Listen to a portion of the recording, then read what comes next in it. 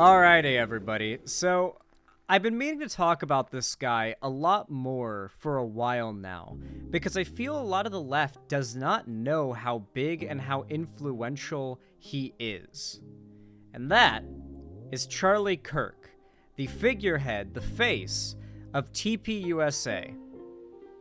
A lot of people don't know this, but as far as organizations that are actively working to radicalize and mobilize conservative youth, TPUSA is the most successful. And I know it's easy to think like tiny face guy, oh, he's a joke, oh, he's funny, oh, this is boomer shit. TPUSA is actually really successful and is very much rising. Charlie Kirk's YouTube channel performs very well and is very much rising. It's very easy to write him off as silly and irrelevant, but he's actually, almost under the noses of most of the online left, actually gained an insane amount of prominence. In fact, he essentially has filled the old niche that Steven Crowder used to.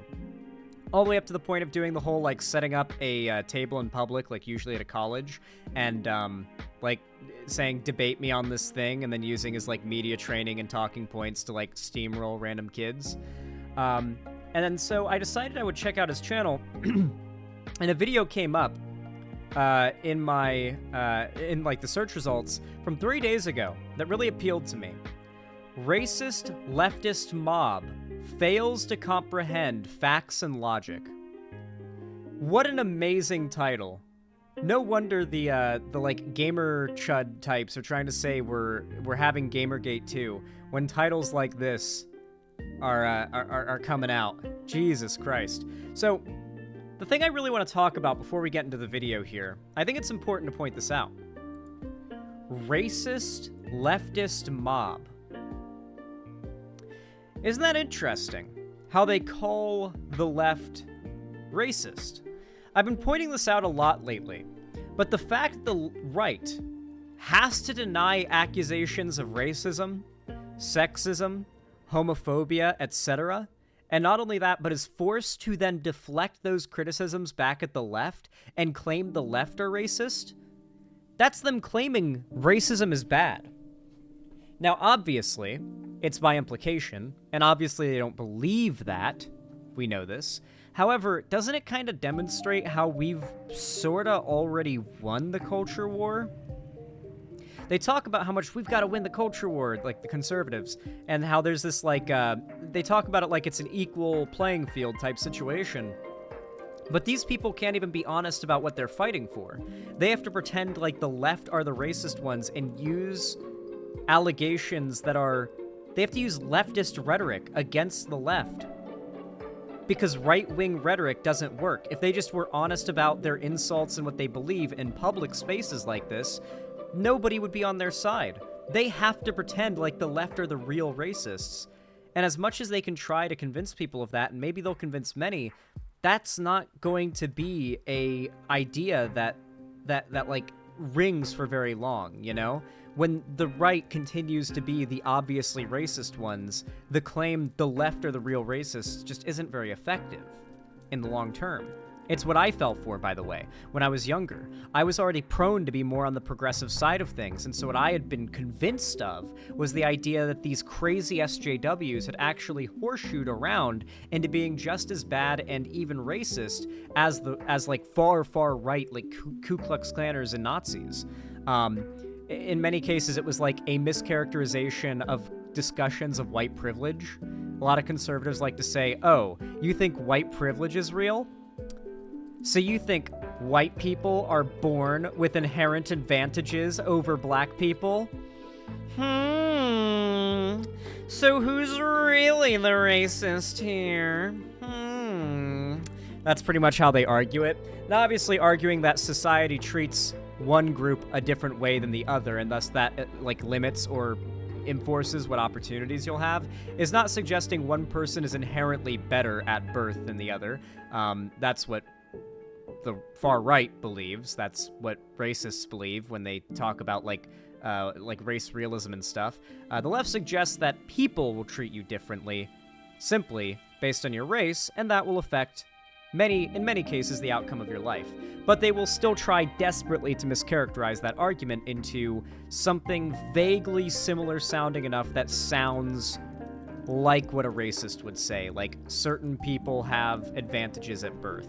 Technically, sounds like white people from the day that, you know, they're born have certain privileges that POC don't have, generally. Sounds similar, but is effectively the complete opposite idea and argument. But they'll still try to project that onto the left.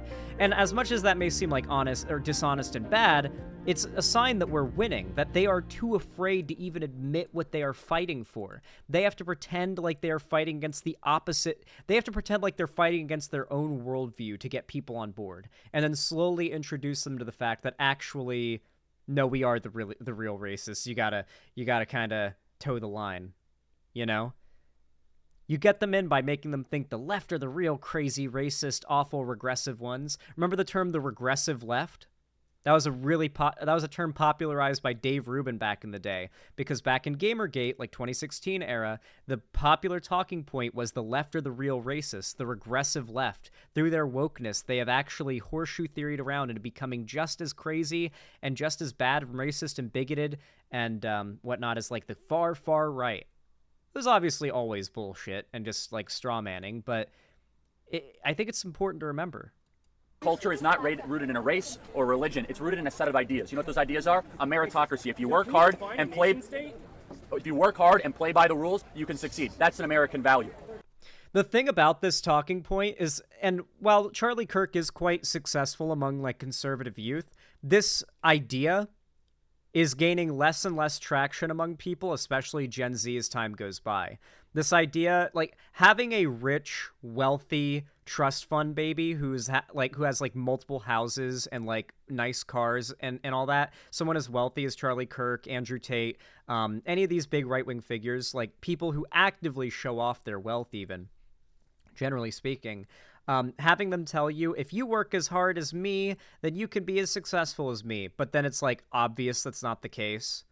Like that really only flies with the kids who've never worked a job before. The first time you've been fired for no reason, like laid off, or the first time you've just gotten reamed out by your boss for no fucking reason, the first time you realize that like your employer is looking for every opportunity to fuck you and get every last bit of work they can out of you for as little money as possible. Like once they figure out that's kind of the situation through life experience, tend to lean more left. It's been more and more common among like every generation of workers since millennials. You know what else is American value? It doesn't matter what you look like. It doesn't matter where you came from. I'm sorry? Well, no. That's not the American values. The Constitution clearly, does not do what you don't look like. I mean, doesn't the 13th Amendment or is it the 14th Amendment? I feel so bad for forgetting. But doesn't the amendment that, like, abolishes slavery say slavery is not allowed except for in the case of punishment? Also, as much as conservatives try to pretend it's not the case, this country was built on slavery. Slavery was the practice that built the entire American South's agriculture, and agriculture was the American South, okay? Like, it was the North, the Yankees, the progressives, those city-slickin' factory workers that, like, fought against slavery. They fought a civil war to preserve slavery in the South. In fact, in their secession document of the South, they list slavery as the reason they did so. No, hold on. But the Constitution is completely agnostic to race. Where does it say once about skin color in the Constitution? So, Charlie Kirk is almost like a time capsule of 2016 era talking points. Who remembers the voter ID laws? And I think it was South Carolina that the Supreme Court back in the day shot down. You see, the Republicans back in 2016, 2017 maybe, it might have been leading up to the midterms. This is years ago. The Republicans in one of the Carolinas tried to pass a voter ID law. And what happened was the Republicans in that state made a committee where they specifically searched for what IDs, what forms of identification were most commonly used by people of color, primarily Black and Hispanic Americans, those that vote Democrat, generally. And then they pushed forward a bill that would essentially no longer make those forms of identification valid. And then they looked for the forms of identification that are the statistically least common for Black and Hispanic voters in that state to get, and then tried to enforce that as the type of ID you would have to have in order to vote. Now, this was seen by the Supreme Court, and it was, of course, shot down. Not only was it shot down by the Supreme Court, but the Supreme Court went on to say this voter ID law was clearly made to surgically targets Black and Hispanic communities with almost surgical precision, was the term used by the Supreme Court when referring to this voter ID law, that they targeted Black and Hispanic communities with almost surgical precision in their attempts to try to exclude them from their likelihood of getting these IDs. Now, Republicans, even after the Supreme Court shot down this voter ID law and pointed out how clearly racist it was, continued to defend it. And do you know what the defense was? Who here knows what the defense was? Because Charlie Kirk just made the same defense. One of the most common defenses used by Republicans to argue there is no systemic bigotry in this country.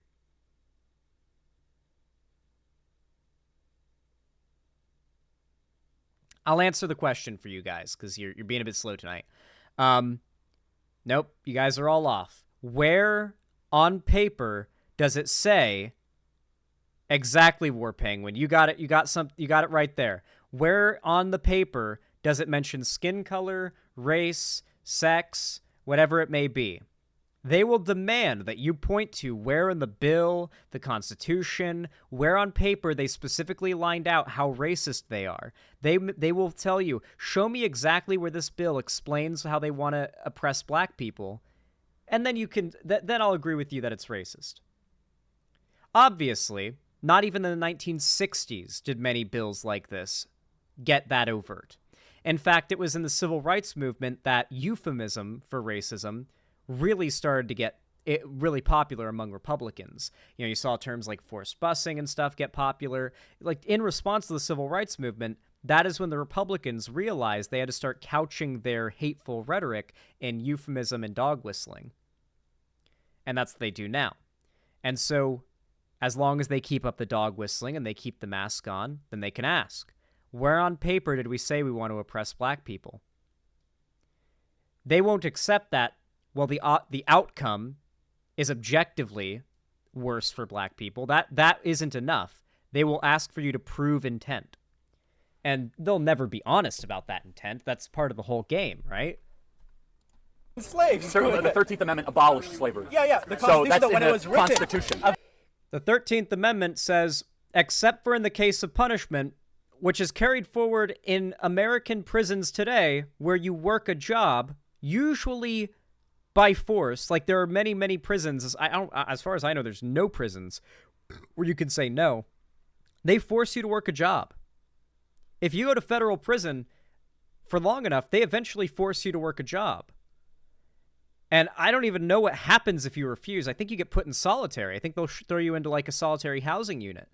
So, like, yeah, that's slavery. They get paid like 8 cents an hour or something like that. Like, literally, like $5 a week on the highest of high ends. Like, we're talking tens of dollars a month, and like compelled labor while locked up in prison. And the justification is the 13th Amendment, where they banned slavery unless it is a punishment. If you are a prisoner, your punishment is you are a slave. If you do prison labor, many federal prisoners do. I imagine private prisons do this as well.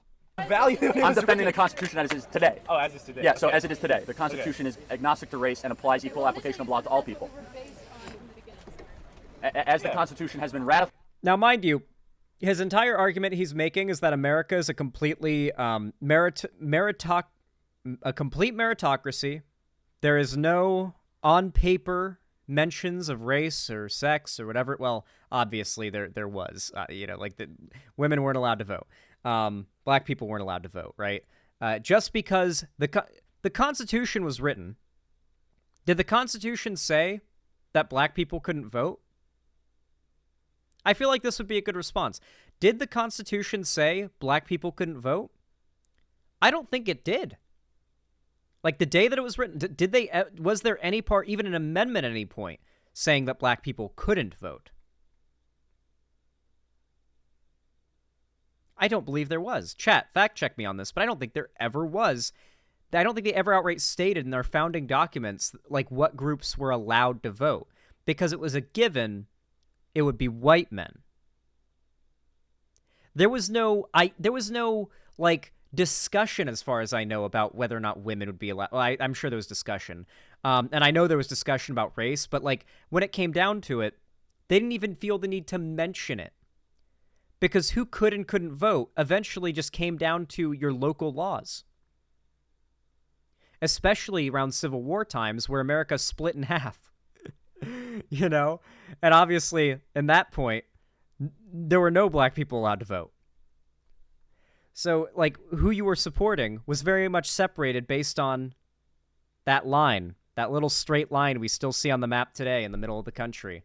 That little, or not little, that massive horizontal straight line that cuts from, like, right where the East Coast ends all the way towards California? Maybe, no, like the Southwest, I think, is where it gets cut off. Regardless. My point being that it was never written, as far as I know, in our founding documents that like any group was lesser. Black people were considered property at the time, as outlined in the 3/5 Compromise, if I recall correctly. Wait, did they not? Hold on a second. Wait. Charlie Kirk might actually just be straight up wrong. Give me a sec. I forgot about the 3/5 Compromise. The 3/5 Compromise was reached among the state delegates during the 1787 Constitutional Convention. It was determined that 3 out of every 5 slaves were counted when determining a state's total population for legislative representation and taxation. So, literally, in the founding documents that determine the population of a state for how much representation in our government they should have as a state, and the taxation of the state, they literally write that black people are worth less than a white person on a census. I guess he's gonna say, yeah, but that doesn't count today. That doesn't apply today, so today's not racist anymore. Remember, the core of what these people try to argue is, okay, if there was any horrible 3/5 of a person, to be precise, so 3 out of every 5.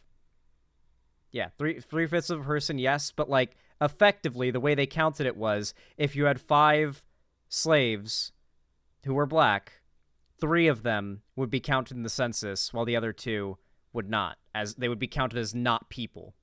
So I guess you could consider as, like, I guess every black person was considered 3/5 a person, or you could consider it that, like, 3 out of every 5 black people was considered. I don't know how. It makes no sense. Believe it or not, racist math is stupid and makes no sense.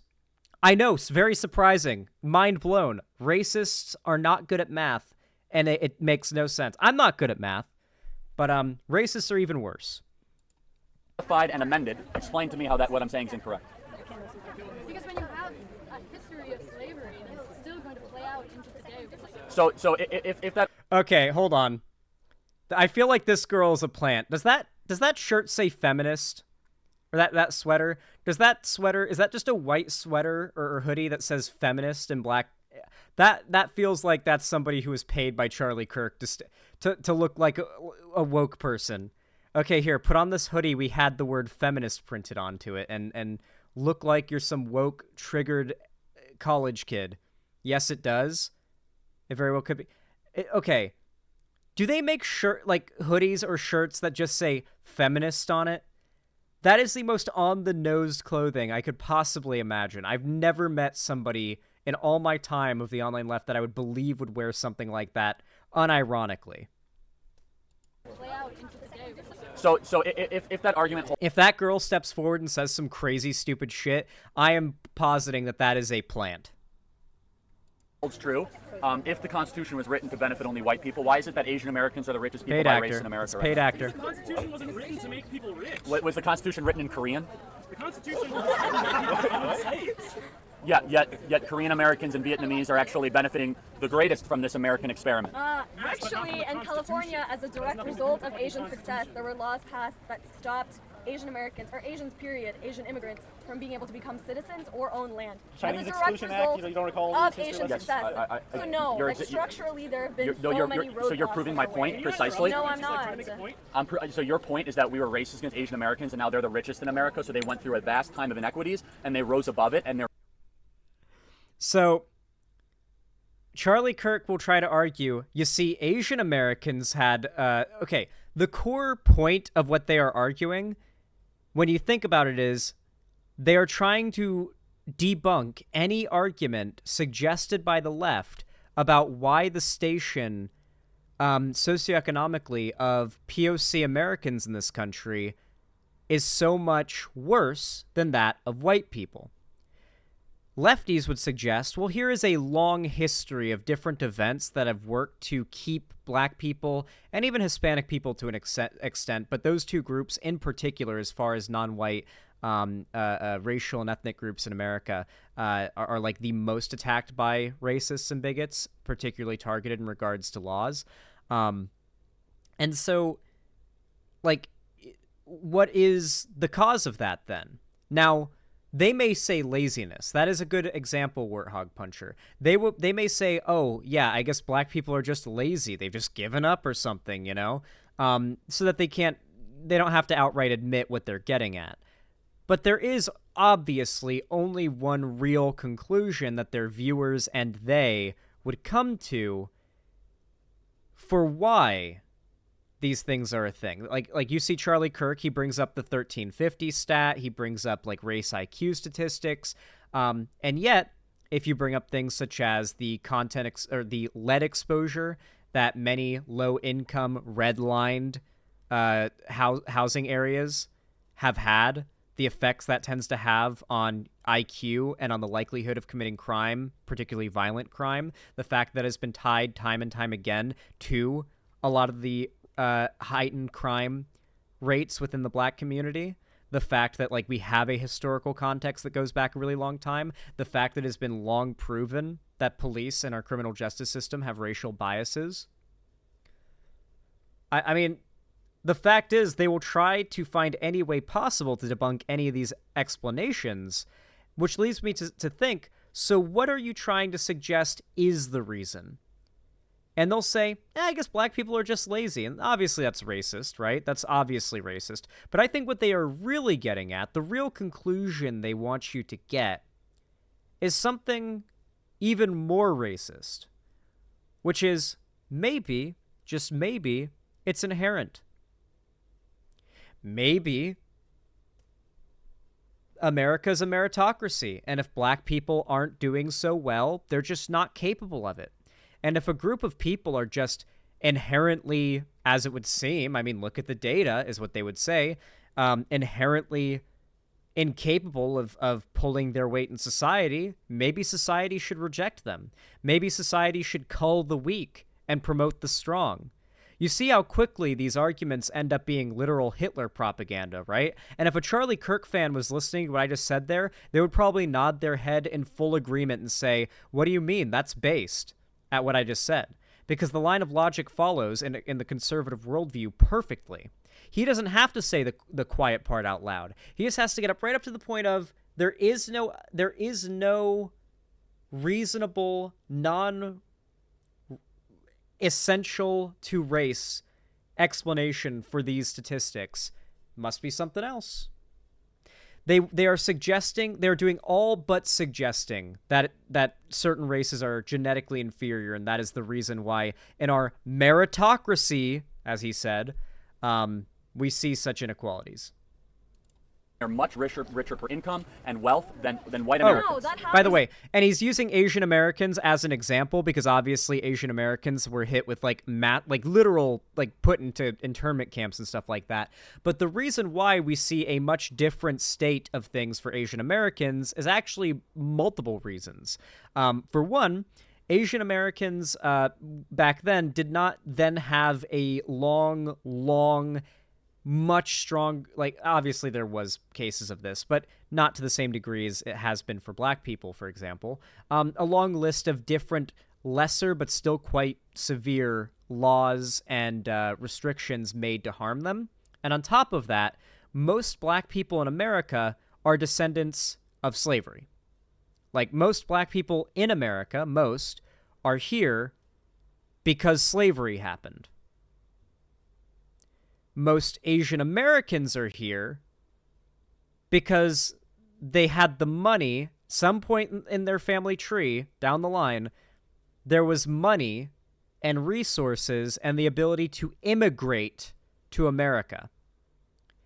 Simply your family tree having started because your family immigrated to America, came to America, rather than was kidnapped and taken here, and then for generations forced to be slaves, and then for generations kept as second-class citizens, and then for generations up until today policed extra harshly and politicized and propagandized to be scary and bad, and claiming all of these things are actually their fault.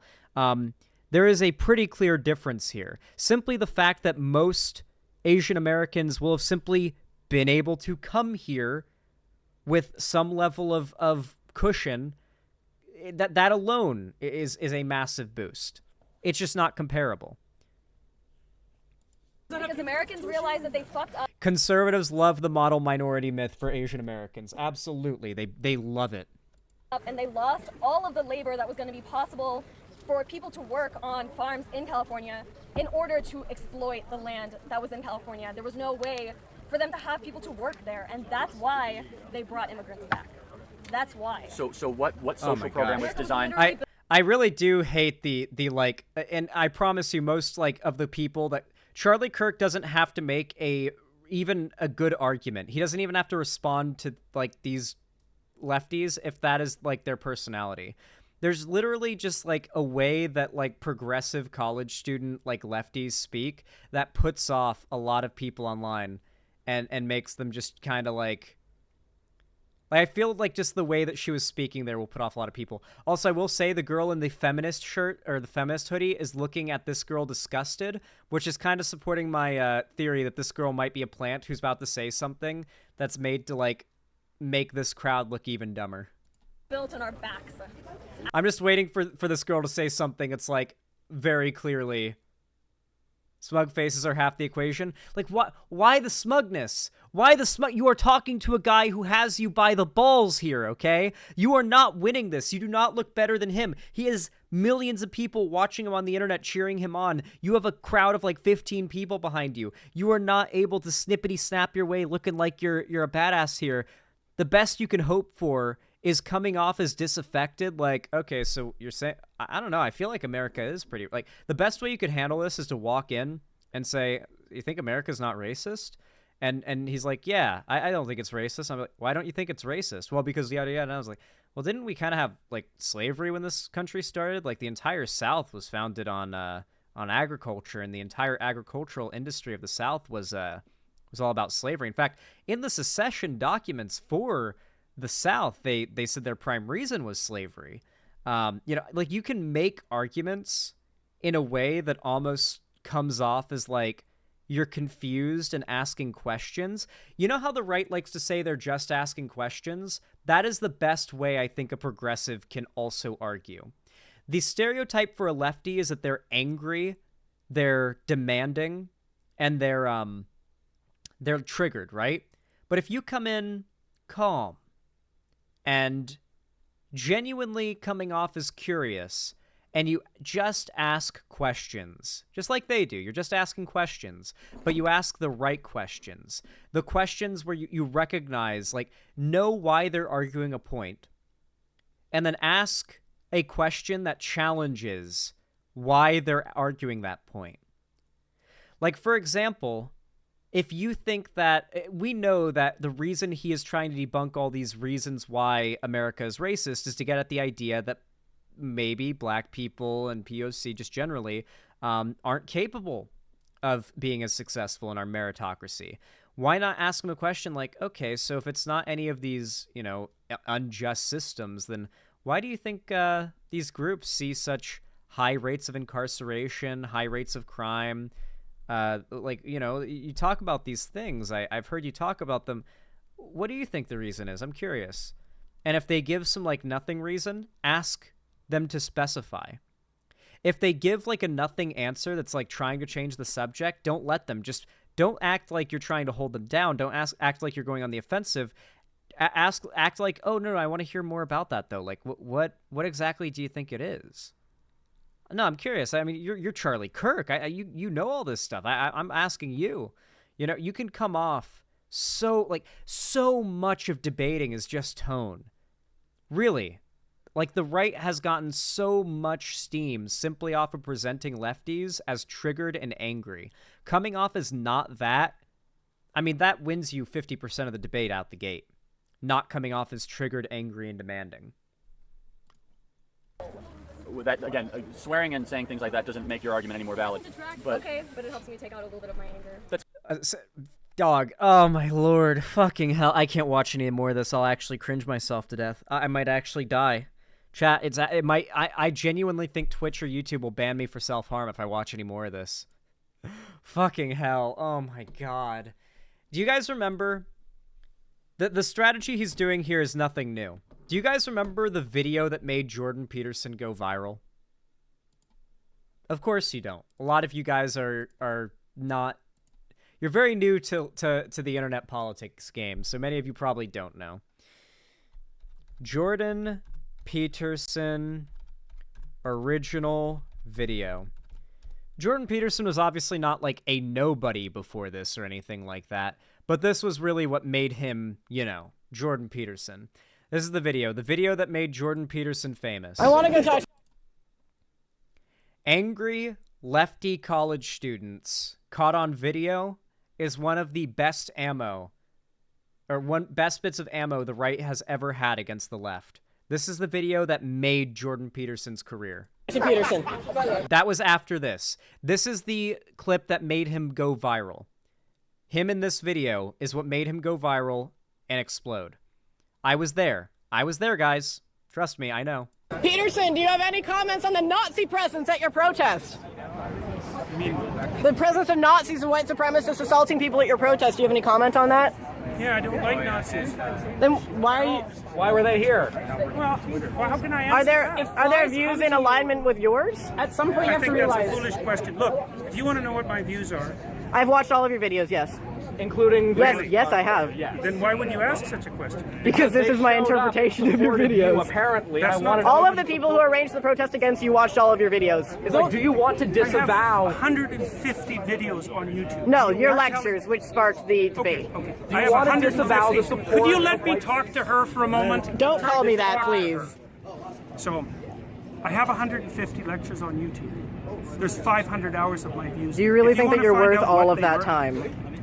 So look, I will answer your question, okay? I've studied Nazism for a very...